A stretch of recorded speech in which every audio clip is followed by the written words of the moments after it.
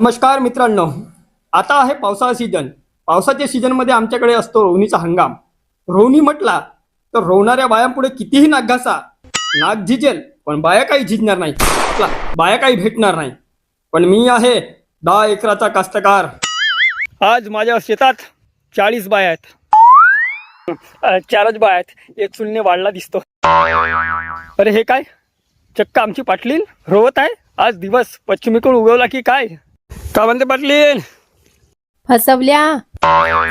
असं का म्हणत आहे ही, याच्या मागची गंमत सांगतो तुम्हाला. तर माझ्या लग्नाच्या वर्षी जो तो म्हणायचा की मुलीचा काळ आहे, मुली भेटत नाही आणि कास्तकाराला तर मुली कुणी देतच नाही. पण मी पण म्हटलो 10 एकराचा कास्तकार आहे, अरे वावर है तो पावर है, कशी पोरगी नाही भेटत ते पाहू.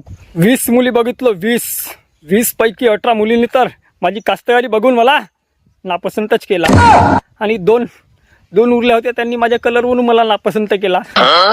21वी भेटली ही, पण आमच्या सासरी बुवाची पण अट होती, मुलगी तर देईन कास्तकाराला पण माझी पोरी कास्तकारीच जाणार नाही. आता मुलगी आम्हाला पसंत होती, मागायची तर होती.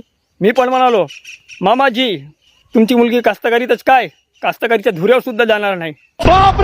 चला तुमच्याशी बोलत काय बसलो, पेंड्या फेकतो बाबा, नाहीतर माझ्या 40 बाया बसतील, आपल्या 4 बाया बसतील.